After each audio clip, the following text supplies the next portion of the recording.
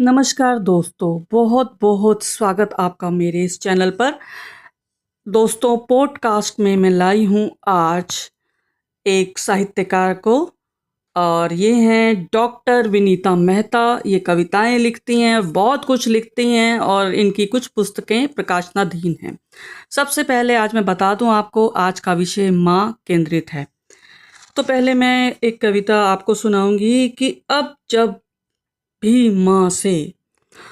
भी माँ से करती हूँ बात फ़ोन पर, कहती हैं बात यही कई बातों के बाद। क्या कहती हैं? कि तुम बड़ी होशियार थी। सुनकर सुनकर शर्मा जाती हूँ मैं। तुम बड़ी होशियार थी, 10वीं में लाई थी वजीफ़ा। सुनकर शर्मा जाती हूँ मैं। नहीं कह पाती उन्हें कि तुम ध्यान न देती तो नहीं ला पाती मैं वजीफ़ा। तुम ध्यान न देती तो नहीं ला पाती मैं वजीफ़ा। मित्रों, आज मेरी माँ भले ही भौतिक रूप से मेरे साथ नहीं है, लेकिन मेरे आसपास है। मेरी कविताओं में, मेरी रचनाओं में, मेरे संस्मरण में माँ ही माँ है। अगर माँ न होती तो शायद मैं इतनी शिक्षा प्राप्त ना कर सकती, शायद मेरी लेखनी में इतना बल ना होता।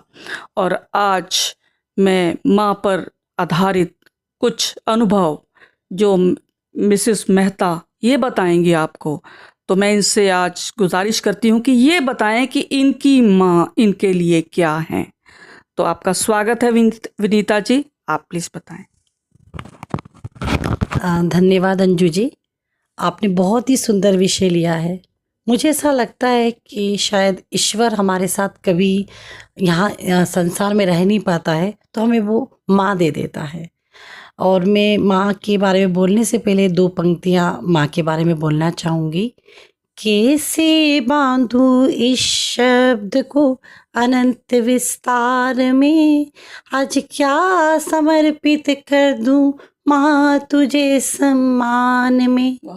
तू माँ है या स्वयं ममता समझ नहीं पाती हूँ, हर जन्म में मैं तेरी बेटी बनकर आना चाहती हूँ। धन्यवाद अंजू जी। माँ बहुत प्यारा शब्द। ऐसा लगता है जैसे ईश्वर दोनों हाथों से हमें सिर्फ आशीर्वाद दे रहा है। जैसे कुम्हार एक मिट्टी से एक घड़े को दोनों हाथों से संभालता हुआ गढ़ता है, ऐसी माँ हमें बनाती है, हमें संवारती है। और जैसे घड़ा सबकी प्यास बुझाता है, सबको संतोष करता है, शायद माँ हमें इतने अच्छे गुणों से बनाती है। और इस संसार में जब हम आते हैं और उन गुणों को हम जो माँ हमें देती है हम उन्हें लेकर चलते हैं, तो हम भी इस संसार को संतोषी बना सकते हैं, तृप्त कर सकते हैं। मेरी माँ, क्या कहूँ अपनी माँ के बारे में। आज दुनिया की लड़कियां 30 साल में शादी कर रही हैं, मेरी माँ ने तो उस समय 30 साल में शादी करी थी। 1969 में मेरी माँ की शादी हुई थी। और मेरी माँ double M A Sanskrit, M A English.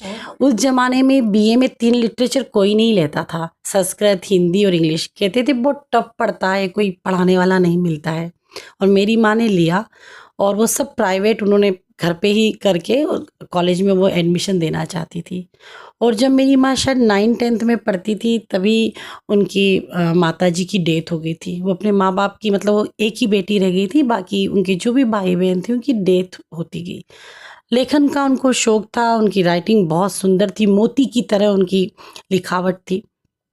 माँ ने हिम्मत नहीं हारी, बिन माँ की बेटी होने के बावजूद भी उन्होंने अपनी पढ़ाई पूरी करी। और उनकी एक मामी थी जो हम जिनको नानी मानते थे, उनसे माँ ने घर के काम सीखे, संस्कार सीखे, और बहुत अच्छी माँ ने अपने आप को संवारा। और उसके बाद वो एक जॉइंट फैमिली में आई, जहाँ ऐसा तो मैं नहीं कहूँगी कि उनकी विद्या की कद्र नहीं हुई, क्योंकि मेरे पापा काफ़ी अच्छे पढ़े लिखे थे। पर जैसा कि आप सब लोग जानते हैं पहले किस टाइप का माहौल था, महिलाओं को इतनी आज़ादी नहीं थी अपनी अपनी बात को रखने का, अपनी पक्ष को रखने का। मेरी माँ ने उसके बावजूद भी अपनी सर्विस करी, और वो गवर्नमेंट जॉब में थी, और उन्होंने अपने परिवार के लिए उस जॉब को छोड़ दिया। और उसके बाद उन्होंने हम बच्चों को, जो हम 4 भाई बहन थे, हम 2 भाई 2 बहनें हैं, उन्होंने उनको संवारा, उनको हमें जो भी वो गुण देती थी। मुझे याद है कि मेरे जो घर का जो माहौल था बहुत साहित्यिक था। मेरे पापा मम्मी सब लोग बातों बातों में फणीश्वर नाथ रेणु का जो संवदिया है वो चंद्रधर गुलेरी की जो उसने कहा था उनकी बातें होती थी। मैं अपनी महादेवी वर्मा के बारे में क्यों छायावाद कविता लिखती हैं, वो छायावाद कवि निराला जी प्रगतिवाद, ये सब बात मैंने बहुत बचपन में सीख ली थी।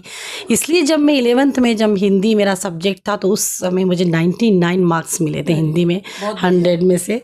तो टीचर से मेरी वो जो नोटबुक थी वो आंसर शीट वो निकाल के अलग से बताई थी कि कौन बच्चा है, क्योंकि मैं क्लास में इतना नहीं बोलती थी, मैं चुप रहती थी जहाँ मुझे पूछा जाता था और ना हमें इतना एक्सपोजर उस समय मिलता था। मैं सरकारी स्कूल में उस समय पढ़ती थी, तो इतना खुश हुई थी मैं। उसके बाद से वाकई में मेरे में चेंज आ गया था, एक आत्मविश्वास आया था, माँ को भी लगा था मैं कुछ करूँगी और मुझे वाद विवाद प्रतियोगिता में हर जगह फिर मैं पार्टिसिपेट करने लगी। कविता में 9th-10th में थी, लिखने लगी, माँ को मैंने दिखाई, माँ ने कहा एक डायरी बनाओ, क्योंकि पढ़ी लिखी थी वो समझती थी।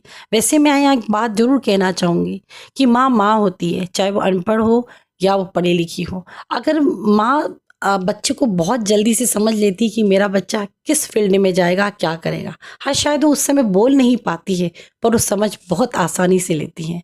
तो शायद मेरी माँ पढ़ी लिखी थी इसलिए समझ पाई। उन्होंने मुझे एक डायरी ला के दी और मैं डायरी में वो कविताएं लिखने लगी।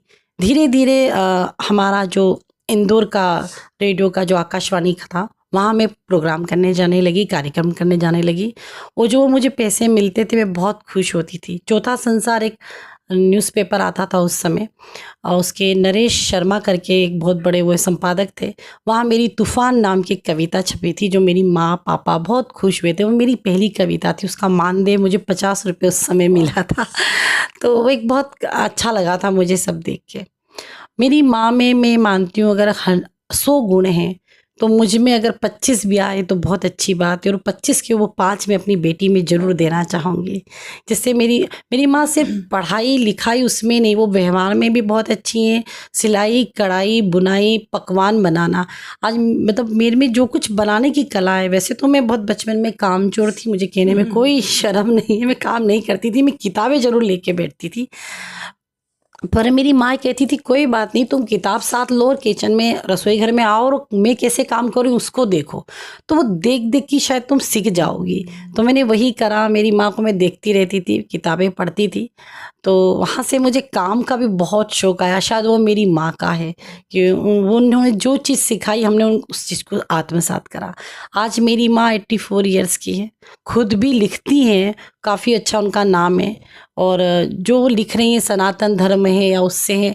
शायद मैं अभी इतनी इस एज में हूँ कि मैं आत्मसात नहीं कर पाती हूँ, परंतु मैं समझती हूँ मेरी हाँ ज़रूर करेंगे, क्योंकि मैं माँ जैसी थोड़ी थोड़ी हो रही हूँ पर अभी पूरी तरह माँ नहीं बनी हूँ। तो मैं अपने आप को फील करती हूँ कि मैं माँ जैसी थोड़ी थोड़ी हो रही हूँ। मैं चीज़ें रख के भूलने लगी हूँ, मैं चश्मा ढूंढने लगी हूँ पर मैं एकदम माँ नहीं बन पाई हूँ, पर मैं माँ ज़रूर एक दिन पूरी तरह अपनी माँ जैसी बनूंगी। मुझे बहुत अच्छा लगा अंजू जी, आपने इतना अच्छा विषय दिया और आज मैं अपनी माँ के लिए कुछ बोल पाई। धन्यवाद आपका। बहुत बहुत धन्यवाद विनीता जी, बहुत अच्छा आपने बोला। सच में हम लोग माँ होना चाहते हैं और बहुत हो भी चुके हैं। तो आपका बहुत बहुत शुक्रिया, मेरे दर्शकों का बहुत बहुत धन्यवाद। तो फिर मिलेंगे आपसे फिर कभी। शुक्रिया।